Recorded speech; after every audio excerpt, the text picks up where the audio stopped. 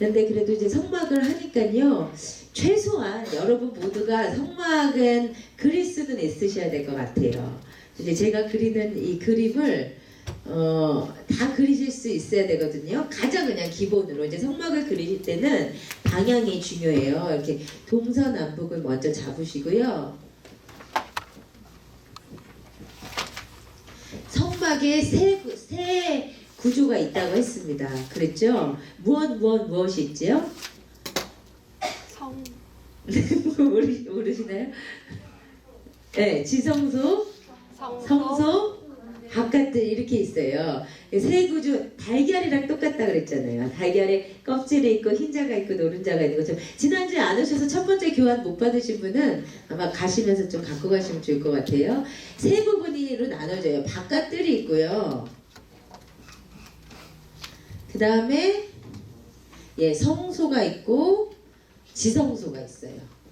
요거 아주 이제 기본적인 3단계이고 우리 신앙에 깊어지는 심화되는 정도를 보여주기도 합니다. 근데 이제 동쪽에 문이 있어요. 동쪽에 문이 있고 문으로 들어가면 제일 먼저 보는 것이 무엇이냐면 번제단이 있어요. 다음 시간에 하겠지만 우리가 성막은 죄인이 하나님을 만나는 장소라고 했잖아요. 죄인이 들어가서 제일 먼저 지나쳐야 되는 것이 죄를 속하는 장소 번제단이에요. 번제단을 지나고 나면 뭐가 보이냐면 물두멍이 있어요. 물두멍, 뭔지 이제 다음 시간에 할 것입니다. 물두멍을 지나서 성소로 들어가야 되는 거예요. 성소에 딱 들어가면 성소 오른쪽에는 뭐가 있냐면 떡상이 있어요. 떡을 올려놓는 떡상. 그리고 왼편에는 뭐가 있죠? 등대가 있어요. 금등잔대가 있고, 그리고 가운데 지성소로 들어가기 전에 딱 버티고 있는 게 있어요. 그게 뭐죠? 분향단. 그리고 들어가면 뭐가 있냐면 지성소 안에 있는 하나님의 법궤가 있는 시은소, 그쵸? 법궤가 이렇게 있어요. 속죄소가 있는 거예요. 속죄소가 천사 둘이 이렇게 있는 속죄소 그 밑에 법궤가 있어요. 그래서 이게 지금 이제 가장 기본적인 성막의 모형이에요. 요거는 조금 아시고 계셔야 되고, 이렇게 보면 이 성막의 구조물들을 이렇게 연결해 보면요, 이렇게 십자가, 그렇죠?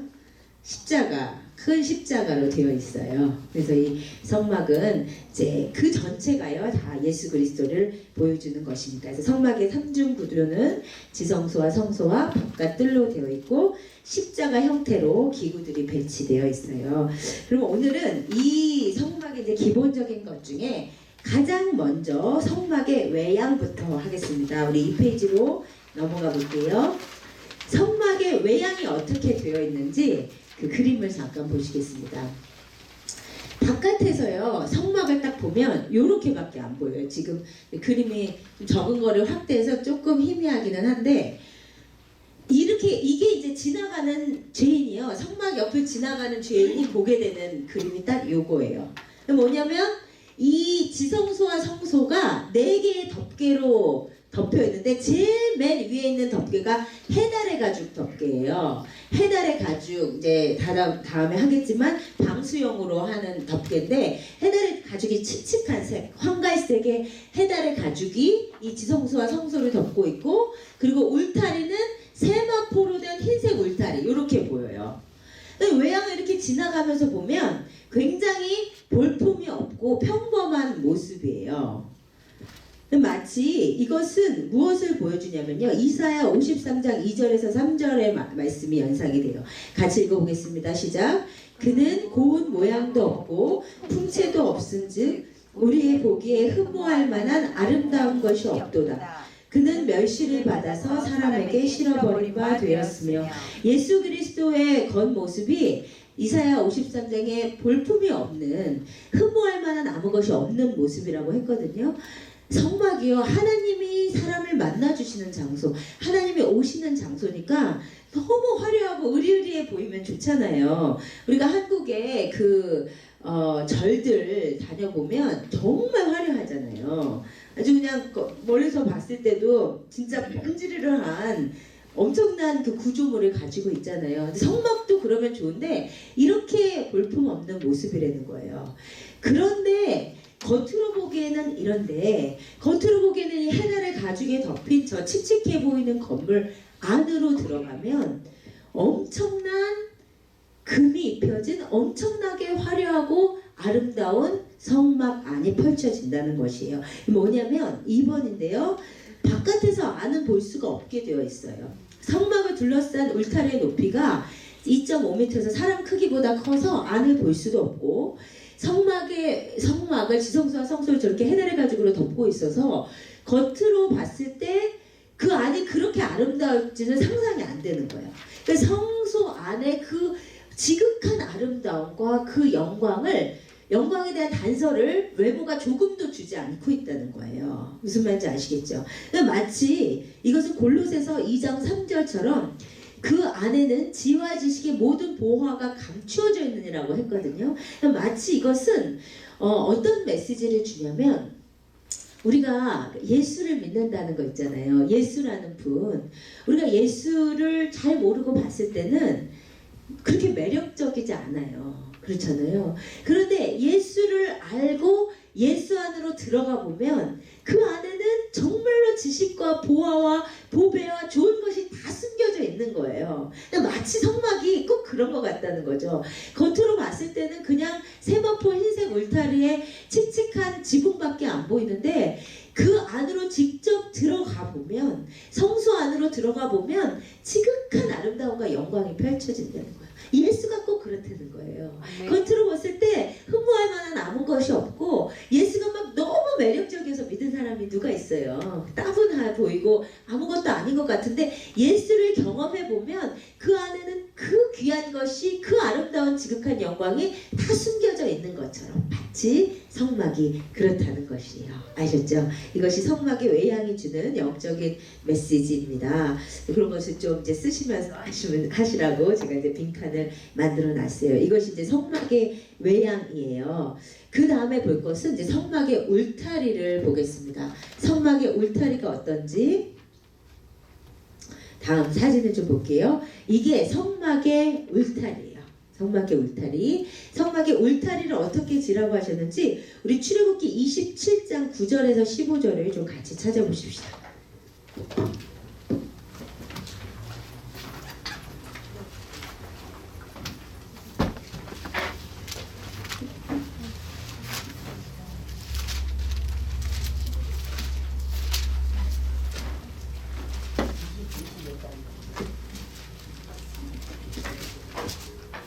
출애굽기 27장 9절에서 15절.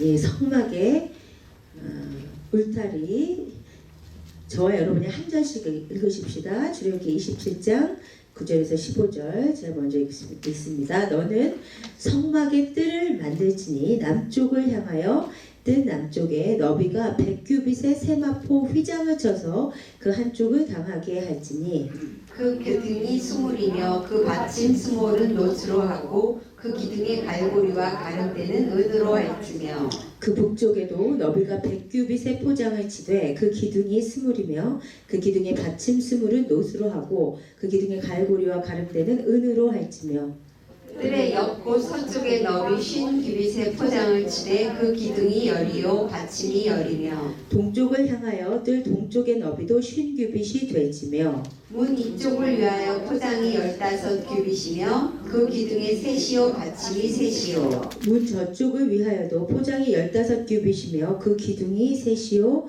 받침이 셋이며 여기까지만 읽겠습니다. 먼저 성막의 울타리를 무엇으로 지으라고 하셨냐면 그 강의 안에 보니까 너는 27장 9절 성막의 뜰을 만들지니 남쪽을 향해서 너비가 100규빗의 세마포 휘장을 치라고 하셨어요. 이 울타리가 이 울타리들이 무엇으로 되어 있냐면 세마포 휘장으로 되어 있어요. 세마포 휘장. 세마포가 뭐냐면요. 그는 마의 한 종류라고 해요. 마의 한 종류로 그는 배 같은 종류겠죠. 흰색 그 세밀하게 이렇게 짜여진 마포로 이렇게 만들려고 한 것이에요. 그래서 저 보이는 흰색 있잖아요. 그것이 이제 세마포입니다. 세마포로 하는데 길이가 어떻게 되냐면 가로하고 세로 이제 직사각형이잖아요. 가로가 50규빗이라고 그랬어요. 동서 가로 말고 세로 동서가 50규빗인데 이제 성막을 하다 보면 규빗이라는 단어가 단위가 나오는데요. 이게 손가락 이쪽 끝에서 팔꿈치까지거든요. 보통 이제 뭐 한 50cm 정도로 쳐요. 그래서 이제 계산이 사실 쉬운데 50규빗이면요 어떻게 계산하시면 되냐면 딱 2분의 1 반으로 잘라놓으면 미터 하면 돼요. 그 50규빗이면 약 25m 정도로 이렇게 생각하시면 돼요. 그리고 100규빗이면 딱 반에서 50m 정도로 이제 간단하게 계산을 하실 수가 있어요. 그래서 이 동서 여기가 25m, 그 다음에 가로가 50m의 직사각형의 세마포 휘장을 치라고 하셨습니다. 그리고 이제 이 휘장을 세우기 위해서 가로에 각각 20개씩 기둥, 세로에도 10개씩의 기둥, 그래서 총 60개의 놋기둥을 만들라고 하셨어요. 생각을 해보면 여기 지금 광야잖아요. 모래먼지가 많은 이 광야에서 세마포로 담을 만든다는 것은 실용적이지가 않은 일이거든요. 흰색 세마포로. 그러면 흰색 세마포가 상징하는 바가 무엇일까? 우리 요한계시록 19장 8절을 같이 읽으십시다. 시작. 그에게 빛나고 깨끗한 세마포 옷을 입도록 허락하셨으니 이 세마포 옷은 성도들의 옳은 행실이로다 하더라. 예, 흰색의 세마포는 성경에서 정결함과 거룩함을 상징합니다. 그래서 흰 세마포로 성막을 들어오는 울타리를 만들라고 한 곳은 이 안은 거룩하고 정결하고 구별된 곳임을 의미하는 것이에요. 아셨죠? 그렇죠? 그 다음 장으로 넘어가 볼게요.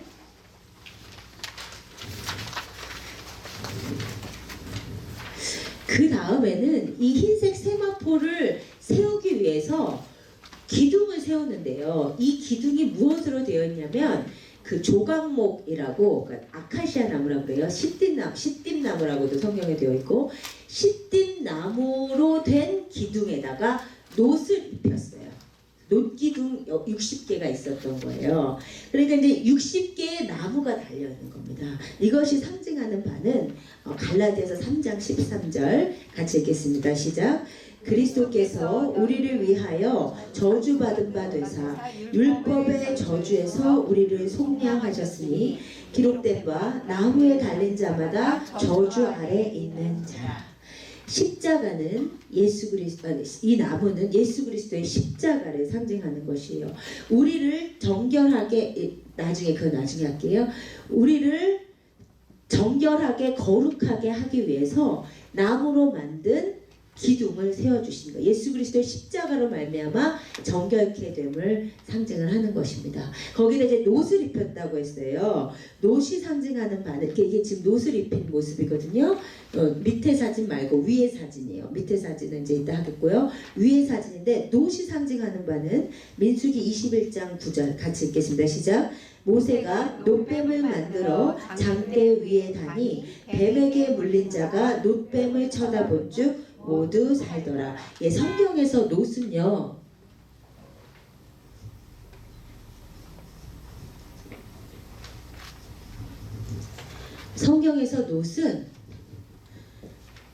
구원인데 특별히 속죄의 은혜를 상징해요. 죄를 속해주는 은혜를 상징해요.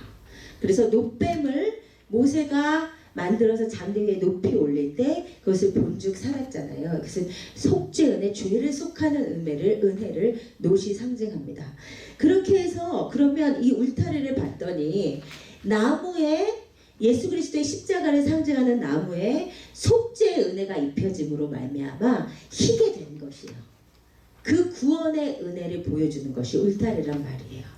아셨죠? 그래서 이 울타리의 영적인 메시지는 한마디로 예수 그리스도의 십자가로 인한 구원과 거룩해 됨, 성결의 은혜를 보여주고 있다 이 말이에요. 그것이 이제 울타리를 통해서 그 광야 한복판에서의 분리를 보여주는 거죠. 이 세상과의 분리.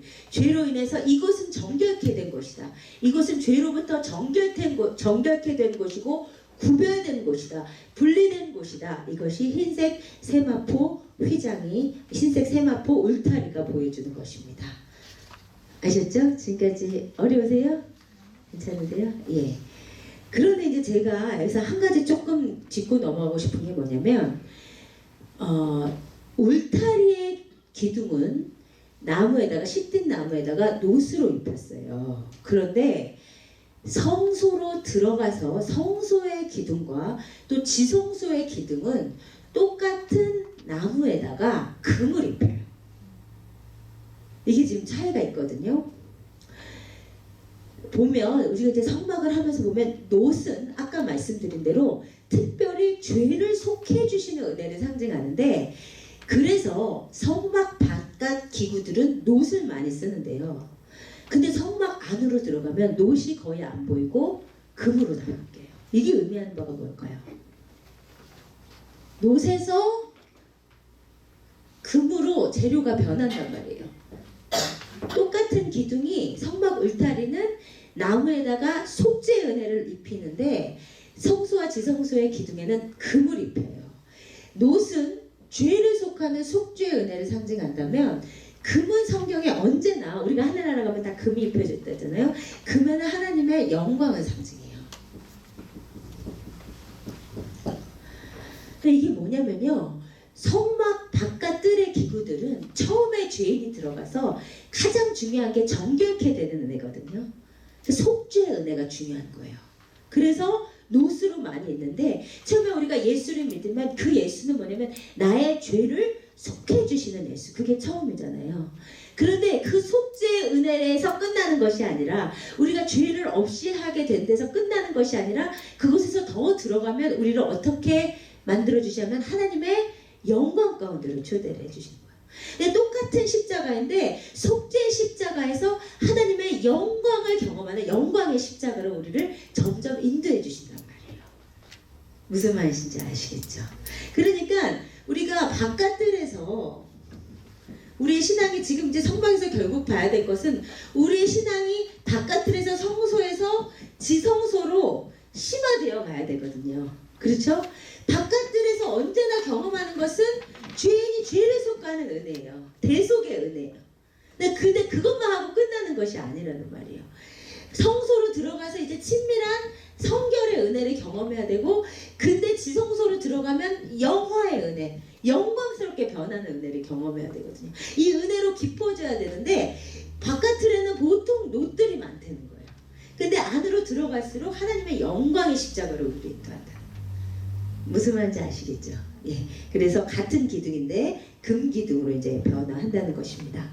예, 이게 지금 이제 울타리를 보았고요. 그 다음에 이제 문을 보겠습니다. 문이 어떻게 생겼는지 볼게요. 문이 이렇게 생겼어요. 이게 이제 성막의 문이에요. 성막의 문이 보여주는 사실이 많고, 오늘은 문까지만 하고 이제 마치려고 해요. 성막의 문이 이렇게 되어 있는데, 성막의 문이 상징하는 바가 뭘까? 여러분, 성막으로 들어왔다는 것은, 광야에서 성막으로 들어왔다는 것은 뭐를 의미하냐면, 성막은 아까 이 울타리는 분리된 곳이라고 했어요. 구별된 곳, 구원받은 곳, 그렇죠? 그래서 이 구원받는 장소에 문으로 들어왔다는 것은 구원을 얻는 자가 되었다는 거죠. 그렇죠? 왜 이 문은 무엇이겠어요? 이 문은 무엇이겠어요? 예수 그리스도시죠. 우리 그 다음 장 요한복음 10장 9절 같이 읽으시겠습니다. 시작. 내가 문이니 누구든지 나로 말미암아 들어가면 구원을 받고 또는 들어가며 나오며 꼴을 얻으리라. 네. 예, 주님께서 요한복음에서 나는 구원을 얻는 문이라고 말씀하셨어요.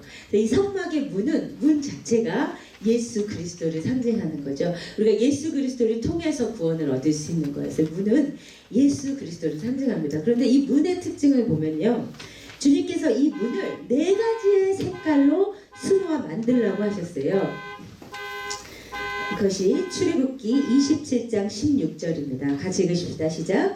뜰 문을 위하여는 청색, 자색, 홍색 실과 가늘게 꼰 배실로 수놓한 잔 20규빗의 시장이 익게 할지니. 예, 이 성막을 하다 보면 네 가지 색깔이 계속 반복해서 나와요. 청색, 자색,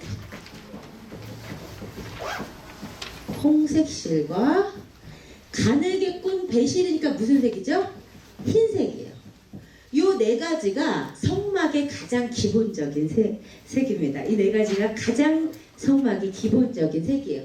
그런데 아까 문이 상징하는 바가 뭐라고 그랬죠? 문은 예수 그리스도예요.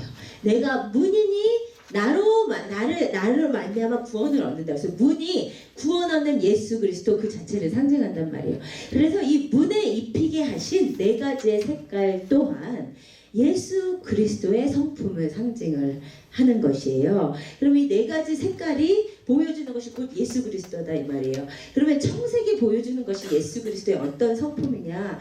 청색은요, 성경에서 하나님의 색이에요. 또 뭐냐면 하나님의 영광을 보여주는 색이에요.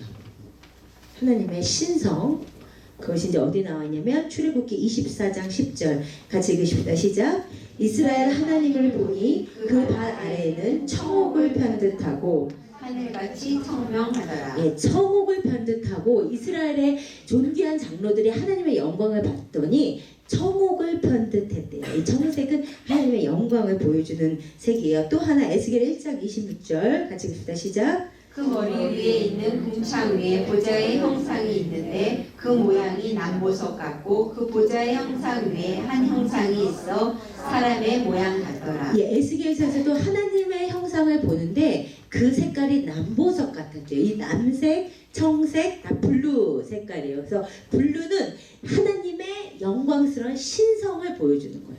그래서 예수 그리스도를 상징하는 문에 청색을 입히라고 한 것은 예수님이 하나님이심을 보여주는 거예요. 하나님의 영광을, 하나님이심을 보여주는 것이 청색이에요. 그 다음에 이제 두 번째, 자색은 뭐냐? 자색은 오늘날은 좀 개념이 없는데 성경시대의 자색은 누구든지 왕의 색깔로 알고 있던 색이에요. 존귀한 사람의 색깔이요. 마가복음 15장 17절 18절 같이 읽읍시다. 시작. 예수에게 자색 옷을 입히고 가시관을 엮어 씌우고 경례하여 이르되 유대인의 왕이여 평안할지어다 하고. 예, 로마 군대들이 예수님을 왕이라고 조롱하기 위해서 자색 옷을 입혀요. 왜냐하면 자색 옷은 왕이 입던 색깔이기 때문이에요. 그래서 이 자색 옷은 무엇을 상징하냐면 왕권을 상징합니다. 왕 대신.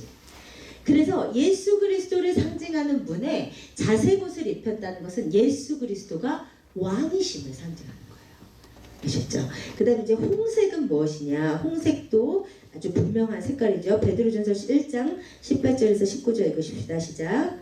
너희가 알거니와 너희 조상이 물려준 헛된 행실에서 대속함을 받은 것은 은이나 금같이 없어질 것으로 된 것이 아니요 오직 흠없고 점없는 어린 양 같은 그리스도의 보배로 피로 된 것이니라. 네, 홍색은 뭐겠어요? 피요. 고난. 예수 그리스도의 고난을 상징하는 색이에요. 그 다음에 흰색도 분명하지요. 이사야 1장 18절 같이 읽으십니다. 시작. 여호와께서 말씀하시되 오라 우리가 서로 변론하자. 너희의 죄가 주홍 같을지라도 눈과 같이 휘어질 것이요 진홍같이 붉을지라도 양털같이 희게 되리라. 예, 흰색은 성결함, 거룩함을 상징하죠. 죄 없으심. 그러니까 요 네 가지의 색깔이 예수 그리스도는 우리가 한마디로 단정할 수 없는 분이시잖아요. 그분은 왕 되시고 그분은 하나님 되시고 그분은 그러나 우리를 위해서 고난받는 종이셨고 그러나 그분은 가장 거룩한 인간이셨고 요것을 네 가지 색깔이 보여준다 이 말이에요. 청색, 자색, 홍색, 흰색은 예수 그리스도의 다양하신 성품을 우리에게 보여줍니다.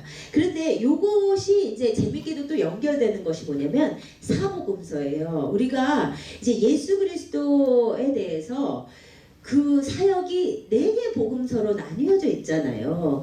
우리가 어떻게 생각하면 예수 그리스도에 대해서 그냥 한 권의 책만 있으면 되는데 4권의 책이 있단 말이에요. 왜 그러냐면 4권의 책이 강조하고 있는 예수 그리스도의 성품이 다르고 이 네 가지를 다 읽었을 때 우리가 예수 그리스도에 대해서 완전하게 알 수 있거든요.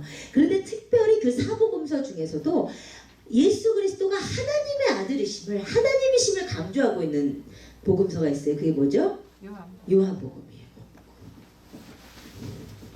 요한복음은 특별히 다른 얘기보다 1장부터 그러잖아요. 태초에 말씀에 계시나 이 말씀에 하나님과 함께 계셨으니 이 말씀보다 하나님이시니라고 예수가 하나님이심을 드러내려고 해요. 마지막까지도. 요한복음이 그렇습니다. 그런데 사복음서 중에서도 특별히 예수 그리스도는 왕으로 이 땅 가운데 임하실 분, 왕 대신 예수 그리스도에 대해서 드러낸 책이 있어요. 그게 뭐죠? 마태복음이에요. 마태복음은 왕 대신 예수 그리스도를 드러내고 싶었어요. 그리고 사복음서 중에서도 예수는 고난받는 종으로 오셨음을 보여준 책이 마가복음이에요. 그 다음에 특별히 사복음서 중에서도 예수 그리스도의 순결하신 인성을 드러낸 책이 누가복음. 제가 누가복음을 제일 좋아해서 누가복음 같이 한 거거든요. 근데 예수 그리스도의 성품은 이 네 가지를 다 읽어야 돼요. 그래서 성경에서 사복음서가 있는 거예요. 그래야 우리가 예수 그리스도가 어떤 분이신지를 풀리 알 수 있거든요. 마치 예수 그리스도를 그냥 흰색 하나로 드러낼 수 없고 청색 하나로 드러낼 수 없는 것처럼 예수 그리스도의 그 다양하신 성품을 네 가지의 색깔과 사복음서가 드러내고 있습니다. 또 뭐 에스겔서 1장에 있는 내 생물도 그러한데 그것은 이제 제가 그냥 뺐어요. 그래서 이제 아셨으면 하는 것은 청색, 자색, 홍색, 흰색 실이 예수 그리스도의 다양한 성품, 그분이 어떤 분이신지를 드러내시고자 하는 색깔이다. 그 정도만 아시면 되겠습니다. 그 다음에 이제 그게 성문에 있는 네 가지의 색깔이고요. 그 다음에 이제 두 번째 성문은요. 아까 어느 쪽에 있다고 그랬죠? 동쪽에 있어요. 이게 진짜 중요한 거예요. 성막이 동서남북에 진짜 방향이 중요해요. 그런데 그 구원을 얻는 문, 예수 그리스도의 문이 동쪽에 있었다는 거예요. 이것이 의미하는 바가 무엇일까? 대부분의 이제 이 성막을 해석하시는 분들은 동쪽에 구원을 얻는 예수 그리스도의 문이 있었다는 사실이 해 뜨는 곳이니까 이제 좋은 곳에 해 뜨는 곳에 소망이 피어나는 곳에 이제 예수 그리스도의 이제 구원이 시작된다 그렇게 이제 해석을 하시지만 저는 좀 다르게 해석을 해요. 왜냐하면 제가 첫 시간에 말씀드렸듯이 성막은 하나님의 임재의 장소예요, 그렇죠? 이곳이 원래 에덴 동산이었어요. 성막은 언제나 에덴 동산과 함께 생각을 해야 되는 것이거든요. 그런데 에덴 동산의 동쪽, 구약에서 나타나는 동쪽은 늘 안 좋은 곳이에요. 우리 창세기 3장 24절 같이 읽읍시다. 시작. 이같이 하나님이 그 사람을 쫓아내시고 에덴 동산 동쪽에 그룹들과 두루도는 불칼을 두어 생명나무의 길을 지키게 하십니다. 하나님이 아담과 하와, 죄진 아담과 하와를 쫓아내신 방향이 서쪽에서 동쪽으로 쫓아내시고 동쪽에 그룹을 두어 막으셨어요. 그렇죠? 그 다음에 가인이 범죄하는 곳 창세기 4장 16절 같이 읽으십시다. 가인이 여호와 앞을 떠나서 에덴 동쪽 노 땅에 거주하더니 네, 가인이 여호와 앞을 떠나서 범죄하는 방향도 서쪽에서 동쪽이에요. 네, 지금 다 찾아볼 수는 없지만 야곱이 범죄하는 장소도 서쪽에서 동쪽. 그런데 하나님께서 죄인을 불러주실 때는 늘 또 동쪽에서 서쪽으로 부르세요. 이스라엘 백성들이 이방으로 쫓겨갔다가 하나님께 회복되어는 방향이 동쪽에서 서쪽이거든요. 하나님께서 출애굽한 이스라엘 백성들을 가나안으로 돌리실 때 동쪽에서 서쪽으로 의도적으로 오게 하세요. 그래서 성경에 서에서 동은 하나님을 떠나가는 방향이에요. 근데 동에서 서는 하나님을 다시 찾아오는 방향이란 말이에요. 근데 이 성막이 어떻게 되어 있냐면 죄인이 동쪽으로 들어와서 하나님의 임재가 있는 서쪽 끝에 지성소로 가게 되었어요. 아시죠? 근데 하나님을 다시 찾아오는 방향이 서쪽에서 동쪽이란 말이에요. 그래서 우리는 동에서부터 들어와서 서쪽 끝에 있는 지성소까지 가야 되는 존재들이란 말이에요. 그러면 예수 그리스도 구원 얻는 문이 동쪽에 있다는 것은 무엇을 의미하겠어요? 저는 이것을 이렇게 해석을 해요. 예수 그리스도의 성육신. 죄가 있는 곳 한복판에 예수가 오셨단 말이에요. 그래서 구원 얻는 문을 확 열어주셨단 말이에요. 예수가 인간으로 오셔서 죄인된 인간과 같이 되셨고 인간에게 구원의 길을 여셨다는 것이 동쪽의 문이 있는 의미라고 생각을 합니다. 우리 빌립보서 2장 6절에서 8절 같이 읽으십시다. 시작. 그는 근본 하나님의 본체시나 하나님과 동등됨을 취할 것으로 여기지 아니하시고 오히려 자기를 비워 종의 형체를 가지사 사람들과 같이 되셨고 사람의 모양으로 나타나사 자기를 낮추시고 죽기까지 복종하셨으니 곧 십자가에 죽으심이라. 아멘. 예수님께서 왜 자기를 비워서 종의 형체를 가져서 우리 인간같이 되셨어요? 죄인된 우리를 구원하시려고 하신 거죠. 죄인된 인간에게 오셔서 우리를 구원하신 주님, 그것이 동쪽의 문을 여시고 죄인을 구원하시는 예수 그리스도의 역사라는 것이죠. 아셨죠? 그래서 성막에서의 구원의 방향은, 우리가 거룩해지는 방향은 동에서 서로 가는 방향이다. 아셨죠? 그 다음 이제 세 번째, 문이 몇 개가 있었을까요? 문이 몇 개였을까요? 아까 그 맨 첫 번째 그림 보여주실래요? 예, 여기. 예, 그 다음이요. 그 다음. 예. 문이 몇 개죠? 한 개. 그죠? 한 개뿐인 문이에요. 한 개뿐인 문은 구원의 길은 오로지 예수 그리스도밖에 없음을 보여줍니다. 우리 요한복음 14장 6절 같이 읽으십시다. 시작. 내가 곧 길이요 진리요 생명이니 나로 말미암지 않고는 아버지께로 올 자가 없느니라. 아멘. 예수 이름 외에는 구원을 얻을 만한 다른 이름을 주신 적이 없는 거예요. 구원을 얻은 예수 그리스도 문은 단 한 개밖에 없다는 거예요. 그게 사도행전 4장 12절의 말씀이죠. 다른 이로서는 구원을 받을 수 없나니 천하 사람 중에 구원을 받을 만한 다른 이름을 우리에게 주신 일이 없습니다. 아멘. 예수 그리스도 그 이름, 유일한 그 한 분 이름이 우리로 성막 안으로 들어가게 하는 거예요. 아멘. 한 개뿐인 분, 디모데전서 2장 5절, 하나님과 사람 사이에 중보도 한 분이시니 곧 사람이신 그리스도 예수라. 아멘. 예수 그리스도 그 이름 외에는 구원을 받을 만한 이름이 없습니다. 문은 한 개뿐이에요. 그 다음에 이제 보면 네 번째인데요. 이 문이 가만히 보면 이렇게 우리 손창근 지사님처럼 건축하시는 분은 이렇게 건축적으로 봤을 때 문이 좀 넓어요. 그렇죠? 문이 좀 넓어 보이지 않아요? 이렇게 문을 이렇게 넓게 하면 구조상 아름답지 않잖아요. 이 성막문의 특징은요, 문이 굉장히 넓다는 데 있어요. 성막문은 넓습니다. 문지방도 없어요. 그러면 그것이 의미하는 바가 뭐겠어요? 마치 예수 그리스도를 상징하는 구원의 문이 넓게 있는 것은 마치 예수님께서 두 팔을 넓게 펼치시고 다 들어와라. 여러분, 예수 믿는데 조건 있어요? 에? 없죠. 뭐 집이 몇 채 있어야 되고, 뭐 차는 뭐 이상 타야 되고, 뭐 학벌은 뭐 이상 돼야 되고, 이런 거 없잖아요. 그냥 누구나 죄인도 어떤 죄를 졌어도 다 오라 하시는 거잖아요. 그 모든 죄인을 품으시는, 모든 사람의 구원받기를 원하시는 그 예수 그리스도의 마음이 이 문에 드러나 있다고 봅니다. 요한복음 6장 37절 같이 읽읍시다. 시작. 아버지께서 내게 주시는 자는 다 내게로 올 것이요 내게 오는 자는 내가 결코 내쫓지 아니하리라. 아멘. 예수님께 오는 자는 예수님 절대 내쫓지 않으세요. 아멘. 아멘. 이것이 우리 주님의 은혜입니다. 저는 이 구절 쓰면서 되게 혼자 은혜 받았는데 왜 안 읽으세요? 말씀들이 너무 좋아가지고 제가 썼는데 여러분 은혜 받으시고 요한복음 3장 10절 같이 읽자. 시작. 그를 믿는 자마다 멸망하지 않고 영생을 얻게 하려 하심이라. 아멘. 믿기만 하면 영생을 얻게 하시는 디모데전서 2장 4절. 하나님은 모든 사람이 구원을 받으며 진리를 아는 데에 이르기를 원하시느니라. 아멘. 이 마음이 넓은 문에 있는 거예요. 하나님이 모든 사람이 구원을 받고 진리를 아는 데 이르기를 원하시는 주님. 예? 그 넓은 문. 그 다음에 로마서 10장 13절. 누구든지 주의 이름을 부르는 자는 구원을 받으리라. 아멘. 얼마나 쉬워요.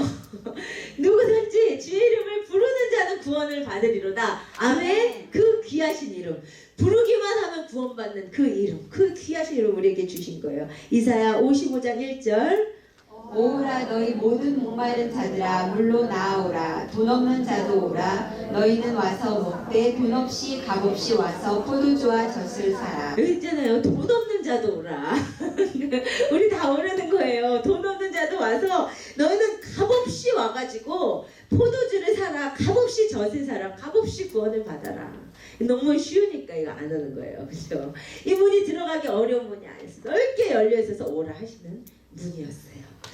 그런데 이제 제가 여기서 하나 짚고 넘어가고 싶은 것은 이 성막으로 들어왔다는 게 구원이라고 했죠. 구원 받는 거예요. 성막에 들어오면. 그런데 처음 구원 받으려고 성막으로 들어오는 문은 되게 넓어요. 그런데 이 문만 넓고요. 성막에서 바깥들에서 성소로 들어가는 문은 무지 좁아요. 그리고 성소에서 지성소로 들어가는 문도 무지 좁아요. 요게 의미하는 바가 무엇일까요? 넓은 문에서 좁은 문으로 변화가 일어난단 말이에요. 이건 뭐죠? 우리가 예수 이름 믿고 죽고 나서 천국 갈 그 구원 티켓, 우리가 생각하는 구원 티켓, 하나님의 뜻은 아니지만 그것은 어찌 보면 다 오라 하셨는데 거기에서 우리가 더 나아가서 성소로 가고 거기서 더 나아가서 지성소로 나아가고 하나님의 깊은 것을 경험하는 것은 쉽지 않다는 거예요. 아시겠어요? 왜 쉽지 않을까요? 고난이 있고 우리의 자아가 부인되어야 하고 죄성과의 전쟁이 있어야 되고, 그렇죠? 나는 다 오라고 하시는데 이 안으로 들어가서 구원을 얻는데 바깥들이 너무 많이 몰려드는 거예요, 사람들이. 성소로 들어가는 문은 좁아. 거기서 많이 못 들어가는 거예요. 그 지성소로 들어간 사람은 더 별로 없는 거예요. 근데 하나님을 만나는 장소는 지성소인데 이리로 들어가는데 여기는 문이 좁다 이 말이에요. 이것은 하나님께서 누구를 제한하시는 것이 아니라 그만큼 영화의 단계로 하나님의 깊은 것을 체험하는 단계로 들어가는 것이 쉬운 일이 아니라는 거예요. 어떻게 보면 모든 사람이 다 경험하는 것은 아닐지도 몰라요. 믿음 모든 사람 것이 아니라고 성경에 기록한 것처럼 우리 안에 부인돼야 될 것들이 있고 늘 싸워야 될 것이 있고 하나님 앞에 십자가에 못 박으면서 나아가야 우리가 하나님을 깊이 만남이 있잖아요. 그래서 그 하늘의 깊은 보화를 발견하는 것까지는 쉽지가 않단 말이에요. 이 문이 넓은 문에서 좁은 문으로 좁혀야 돼요. 우리는 모두 다 지성소로 들어가셔야 될 것을 믿습니다. 하나님의 기쁜 것을 경험한 자들이 되기를 원합니다. 예, 그 다음에 이제 5번째 마지막으로 스스로 열고 들어오는 문이에요. 이 문은 문지기가 없고요. 천으로 된 문을 그냥 열고 들어오기만 하면 돼요. 요한계시록 3장 20절인데 이게 뭐냐면 자기가 열고 들어와야 돼요. 자기가. 그쵸? 요한계시록 3장 20절 같이 읽읍시다. 시작. 볼지어다 내가 문 밖에서 붙어서 두드리노니 누구든지 내 음성을 듣고 문을 열면 내가 그에게로 들어가 그와 더불어 먹고 그는 나와 더불어 먹으리라. 아멘. 이 말씀을 보세요. 예수님이 모든 자를 오라 하시는데 예수님이 문을 열고 들어가시는 것이 아니라 예수님은 뭐 하시는 거예요? 두드리시는 거예요. 두드리시는 거. 근데 그 두드리시는 예수님의 음성을 듣고 문은 내가 열어야 돼요. 내가 영접을 해야 되는 거예요. 그때 예수님께서 들어가시는 거예요. 우리에게 자아를 주시고 자유의지를 존중하셔서 구원받을 수 있도록 모든 노력을 다 하시지만 문을 여는 것은 우리가 해야 돼요. 우리가. 아셨죠? 그래서 주님께서 우리를 force하지 않으시고 문을 열고 들어가시는 것이 아니고 문을 열 수 있도록 두드리시지만 내가 열어드려야 된다 이 말이에요. 이 문은 열기 어려운 문은 아닌데 그래도 내가 열어야 되는 문이에요. 그래야 구원이 있는 거야. 내가 예수 그리스도를 영접하는 거. 나의 구주로 나의 의지와 나의 인격적인 고백으로 주님을 영접하는 거. 그게 어렵지가 않은데 그러나 내가 해야 되는 거라는 거죠. 그것이 스스로 열고 들어오게 되어 있는 문이 주는 메시지였습니다. 오늘도 짧나요? 딱 짧나요? 예, 이제 예. 식사도 하시고 예, 그래서 이제 오늘은 성막의 외양, 울타리, 문까지 보았습니다. 이것은 이제 끝나고 시험을 볼 거예요. 거짓말이에요. 금방 그렇게 언짢으신 표정 짓지 마시고, 예, 왜 그러세요? 시험은 안 보겠지만 이제 한 번은 그래도 우리가 이제 한 번은 성막도 배우셔야 되지 않겠어요? 여러분 이거 다 기억하시라고 기대를 하지 않습니다. 그러나 이 성막에 있는 예수 그리스도를 한 번은 듣고 좀 아셨으면 좋겠어요. 아, 네. 예, 그래서 하는 거니까. 그리고 이제 우리의 목표는 정말로 지성소로 들어가는 것이 하나님의 뜻이다. 그래서 우리가 어디에 머물러 있는 자인지를 끊임없이 점검하시면서 같이 이것을 따라오시면 좋겠습니다. 우리 시간 잠깐 찬양 하나 하고 기도하고 예배 마치기를 원합니다. 신실하게 진실하게 거룩하게 살기 원합니다.